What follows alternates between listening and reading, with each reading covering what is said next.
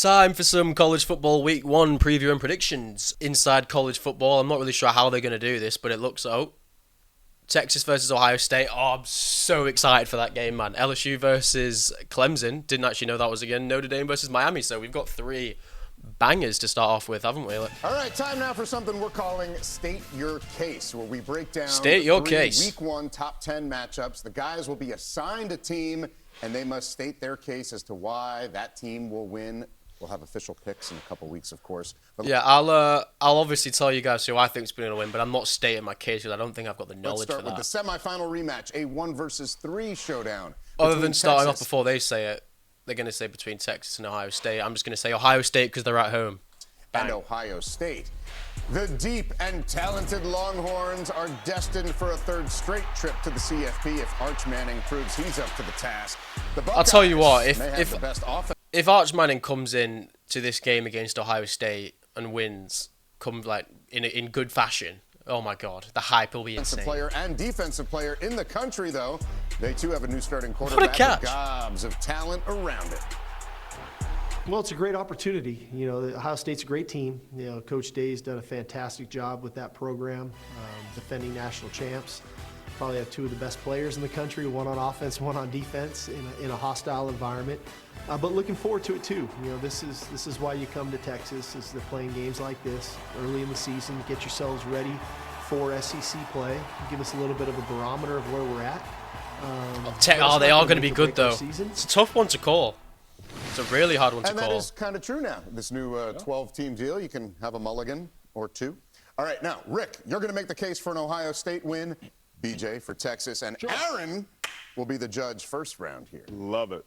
May it please the court that Ohio State's the home team here. Yeah, they are. The shoe, we know what kind of prowess those Buckeye fans wield when they get there, and they're excited for the contest. Listen, Ryan Day is in a perfect position here. He's going to start a new quarterback. We're expecting it to be Julian Sayin. He's going to have I don't really know what he's like. A bunch of scheme throws, meaning taking some pressure off of him. Defense will be new with Matt Patricia, meaning Texas can't go back and look at last year's film. Give me the Buckeyes in a very low-scoring game. Give me my Texas Longhorns. They have seen this movie before. Arch Manning's the new starter. He played sparingly in that last game versus Ohio State in the college football playoff. Got dinged a bit in that ball game. But he has more experience having started in SEC games, whereas Saying or whoever starts for Ohio State hasn't. And Ohio State has that's on fair. the offensive line, defensive line. Texas, some concerns about their O-line as we see it today. But aside from that, you've got other skilled players. Ryan Wingo, who will become a household name. DeAndre Moore, already a household name at that receiving corps. Give me a hand. Judge Taylor. Smith. Wasn't it Texas that last year? Like they went in very early in the season to Michigan and absolutely battered them, smoked them. I mean, to be fair, it can't really be compared though because Michigan were really shit last year. The judges deliberated, and the court finds that it agrees with one Richard Newhouser. And the reason why Ohio is State. because this game's going to come down to quarterback play. And you got one that's playing at home, I'm just saying, and first-year quarterbacks do really well in Ryan Day's system. And you got another starter who's got some experience but never on the road, never in a big game early. Texas, you got to go all the way back to Maryland Does the back judge in 2018 before they played a big game, especially on the road. Ohio State wins. The rules for Coach Newhouser. Thank you. Yeah, I think college football might be the hardest sport to win an away game. I can't think of another sport. Both of you will be 0-1. And it's Newheisel, Your Honor. Sorry. I didn't know you could deliberate by yourself. All right. Up next, Tiger on Tiger action. The real Death Valley is on. LSU v. Who's at home, Who actually? gets to claim that title as well? LSU and Clemson. All right, here. I'm guessing it's at Clemson then. I mean, I didn't know anything about Clemson, but people are saying they've got a stacked roster and everything. We go. LSU. I'm still going to go with LSU, though, because they've got is it Nussmeier versus Klubnik? I think it will be. They're 2 experienced quarterbacks, really, aren't they? I can't call this. I'm going to just go with LSU, though. I don't know. With a top-rated transfer class, but it is the return of standout quarterback Garrett Nussmeier. Rich guy that has Brian Kelly thinking playoff, talking to their mutual agent on Netflix. Clemson's Dabo Swinney finally dipped his toe in the portal, but it's the homegrown players led by Cade Klubnik who are the key to a playoff return. Yeah, they are BJ both still there. makes the case for Clemson here. Tigers are back, and they are back built in the same mold of those championship teams that we saw about a decade ago. This team is stacked on the defensive side of the ball, and that's where it starts. Terrell at the cornerback position. He can take your elite receiver out of the ball game. Woods on the defensive line. He and Parker at the end. They are stellar, and they will be first-round picks in the NFL. On the offensive side, you now have receivers that Klubnik believes in, and this is a quarterback that gets better and better each and every year, not just with his arm, but also. Cade Klubnik is like a player that I've never really seen play that much, but I've always heard good things about him. Running. Time's up. AT, your 30 seconds. Baby, there's only one real Tiger in this game. That's the LSU Tigers, baby. The Bayou Bengals going to get it done. Cajun. Garrett Nussmeier, think about the bloodlines. Think about the games that he's had where he's throwing darts all over the field. Think about the wide receiver core. Brad Davis, the offensive line coach, is expected. Right, I don't even need to know who the wide receivers are for LSU, and I know they're going to be fucking amazing. To take a step forward. And we all know that LSU has struggled mightily in the first game of the season. So the way that you correct that to help have they? is by having a dang reality show to distract the whole team. That's going to work in their favor, actually, LSU. Yeah, baby. I'm going with Counselor Jones in this particular He was a case, more compelling even though argument. I think LSU's winning the game. When you brought up the reality show, you threw your objectivity completely out.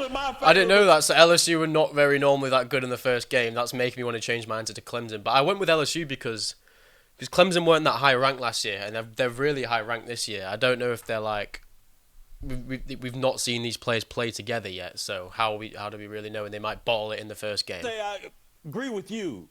The opposing counsel. It's called range, BJ. And to play against LSU, man, it's not going to be easy. I'm the win dang here, man. judge here, and I censored you. Take the win. But then that crowd at Clemson Stadium is going to be putting LSU off their game completely. These are all tough ones to call. These are going to be close games, aren't they? I'm still sticking with LSU. I'm not Do changing. you know how this works, BJ? You've been in court a lot. You think you would know how this works. He's saying that's how good your argument was. Guilty. Of all the I can't charges. lie, I did it. I confess to it all. All right, now to Miami and Notre Dame, the 7th meeting between the two since the infamous Catholics versus Convicts game in 1988 before Aaron got there. I hate that. Well, that's what they called Well, it. they shouldn't have. It was a T-shirt. The Irish are breaking in a new quarterback for a 5th straight year, but whoever wins the job will have a super talented backfield behind him.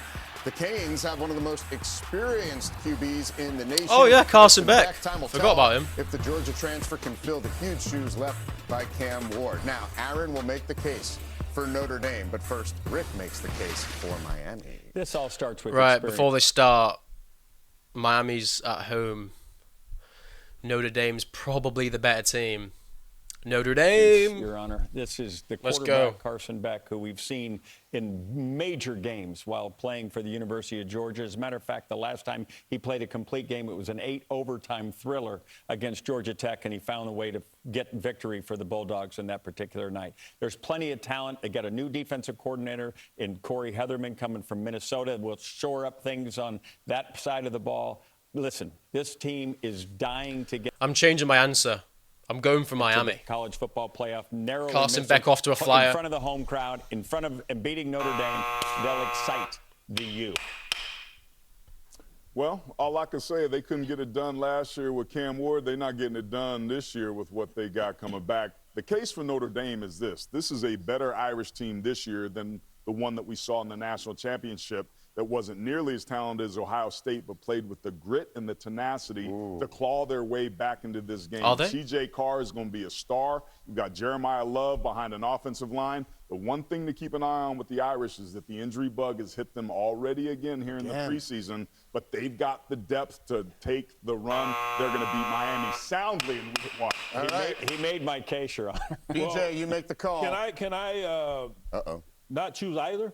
You could. First of all, whoever came up with that Catholic versus convict, you're in contempt, and you should come see me. I'm going to put you in handcuffs. I'm going to rule in favor of the Irish. I agree. They overcame Attrition on that offensive line a season ago. This offensive line is much better this year. Quarterback play will be I don't know enough. Consistent and balanced, and there's speed on this side. I mean, come on.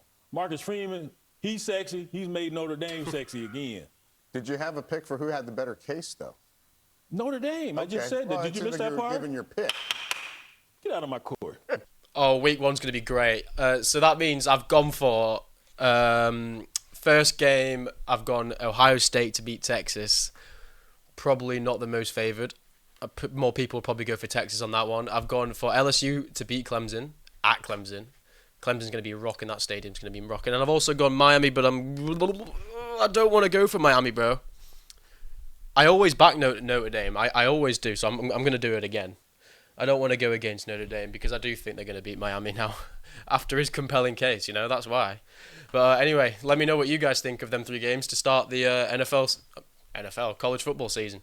And hopefully you guys enjoyed the video, and I'll catch you on the next one. Cheers.